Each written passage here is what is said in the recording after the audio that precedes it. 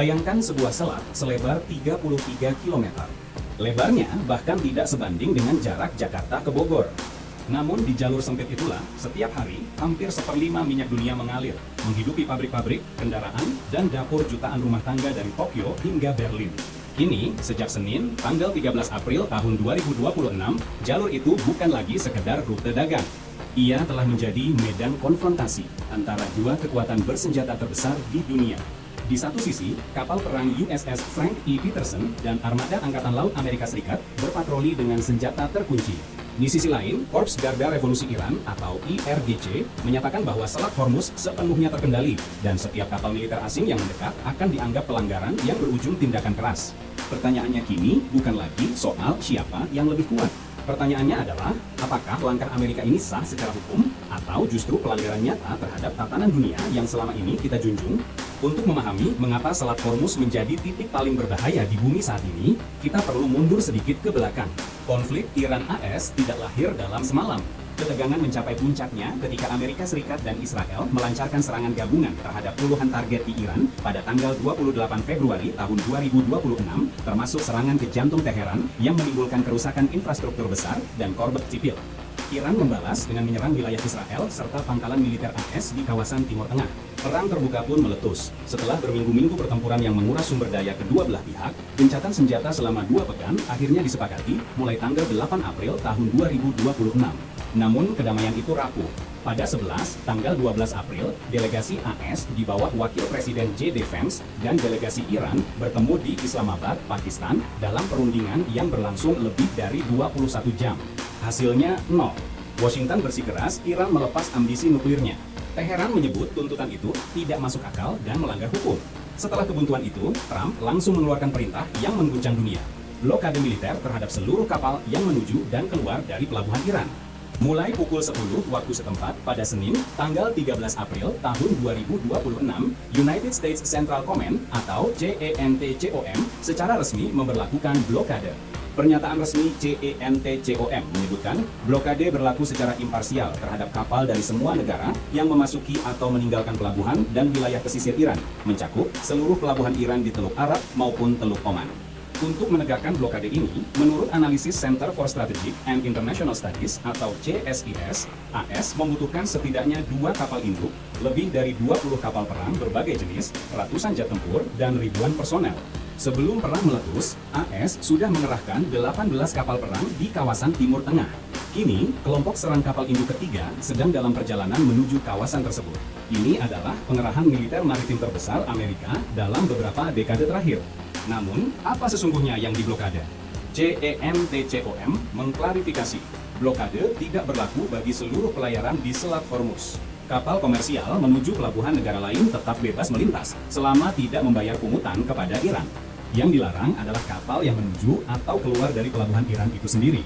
Selat Hormuz mengalirkan sekitar 20% pasokan minyak dunia, produk petroleum, dan gas alam cair setiap harinya. Dengan pelabuhan Iran yang kini terkunci dari dua sisi, ekonomi Teheran menghadapi tekanan yang nyaris tidak tertahankan. Namun, disinilah persoalan yang sesungguhnya meledak. Apakah langkah AS ini legal menurut hukum internasional? Jawabannya, menurut para ahli, tidaklah sederhana.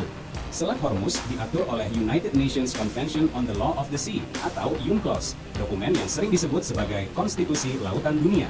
UNCLOS menetapkan prinsip transit passage, yakni hak semua kapal dan pesawat untuk melintas tanpa hambatan di selat yang digunakan untuk pelayaran internasional.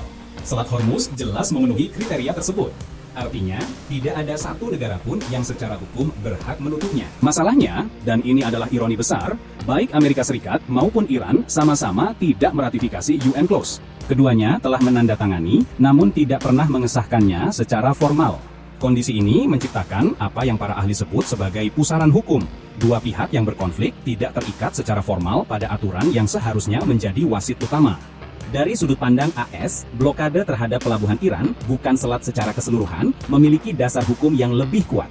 Mengacu pada San Remo Manual 1994, dokumen panduan hukum perang maritim internasional, blokade diizinkan selama memenuhi sejumlah syarat ketat. Diumumkan secara resmi, efektif, tidak menghalangi pelabuhan negara netral, dan tetap membuka akses kemanusiaan. CENTCOM mengklaim memenuhi semua syarat ini.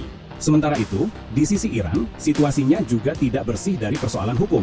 Sejak tanggal 28 Februari tahun 2026, IRGC tercatat melakukan setidaknya 21 serangan terhadap kapal dagang netral. Iran juga memberlakukan apa yang dikenal sebagai Tehran Toll Booth, memungut biaya hingga 2 juta dolar AS per kapal yang melintas melalui jalur khusus di sekitar Kepulauan Larak. Praktik ini bertentangan dengan hukum kebiasaan internasional yang melarang pemungutan biaya transit di selat internasional. Reaksi komunitas internasional datang cepat dan keras. Organisasi Maritim Internasional (IMO) yang bernaung di bawah PBB menyatakan pada tanggal 13 April tahun 2026 bahwa tidak ada negara yang secara hukum berhak menutup Selat Hormuz bagi pelayaran internasional. Sekretaris Jenderal IMO, Arsenio Dominguez, menegaskan bahwa tindakan menghalangi lintas damai melanggar kesepakatan hukum laut global yang berlaku bagi semua negara. Sehari kemudian, Sekretaris Jenderal PBB, Antonio Guterres, angkat bicara langsung dari markas PBB di New York. Guterres menyebut blokade AS sebagai pelanggaran nyata terhadap hukum internasional. Menurutnya, hak dan kebebasan navigasi internasional harus dihormati oleh semua pihak tanpa terkecuali sebagai kunci menjaga perdamaian dunia. Prancis pun mendesak kedua pihak untuk kembali ke meja perundingan dan segera membuka kembali Selat Hormuz. Dari Teheran, juru bicara Kementerian Luar Negeri Iran Esmail Bagaai menyampaikan pernyataan yang membuat dunia waspada. Blokade ini adalah langkah provokatif, melanggar hukum internasional, dan dapat menyebabkan terganggunya gencatan senjata. Ia menambahkan bahwa Angkatan Bersenjata Iran siap mengambil tindakan yang diperlukan. Iran bahkan melangkah lebih jauh. Teheran mengancam akan menutup Laut Merah jika blokade AS di Hormuz terus berlanjut. Presiden Iran Masoud Pezeshkian menegaskan Iran tidak mencari perang, melainkan dialog, namun mempertanyakan pembenaran hukum serangan yang menghancurkan fasilitas sipil, termasuk sekolah dan rumah sakit. Angkatan Laut Iran mengeluarkan peringatan keras. Kapal yang melintas tanpa izin terancam akan dihancurkan. Di sisi lain, Wakil Presiden ASJD Vance mengklaim tekanan militer ini mulai membuahkan hasil. Menurutnya, pemimpin tertinggi Iran mulai melunak dan memberikan sinyal persetujuan atas sejumlah poin perdamaian yang diajukan Washington. Delegasi AS bahkan dikabarkan tengah bersiap kembali ke Pakistan untuk meresmikan hasil perundingan tersebut. 3 ahli hukum Amerika Serikat sendiri, seperti dikutip berbagai media, menyatakan blokade ini berpotensi melanggar hukum maritim internasional, sebuah ironi yang tidak bisa diabaikan. Selat Hormuz hari ini bukan sekadar jalur minyak. Ia telah menjadi cermin dari tatanan dunia yang sedang retak. Di sini, dua kekuatan besar saling berhadapan dengan argumen hukum masing-masing, sementara kapal-kapal dagang dari negara lain menunggu dengan cemas. Harga energi global terancam melonjak melampaui $100 per barel, dan jutaan rakyat di negara-negara berkembang yang tidak terlibat dalam perang ini pun ikut menanggung konsekuensinya. IMO berkata tidak ada negara yang berhak menutup selat ini. AS berkata, blokade ini sah karena hanya menyasar pelabuhan Iran. Iran berkata, ini adalah provokasi yang siap mereka balas. Dan PBB berkata, tatanan maritim dunia sedang dalam bahaya.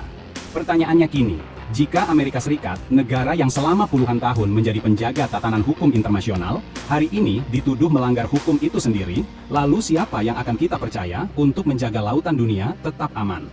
Dan jika blokade ini menjadi presiden baru, negara mana berikutnya yang akan mengklaim hak untuk menutup jalur laut vital demi kepentingan nasionalnya?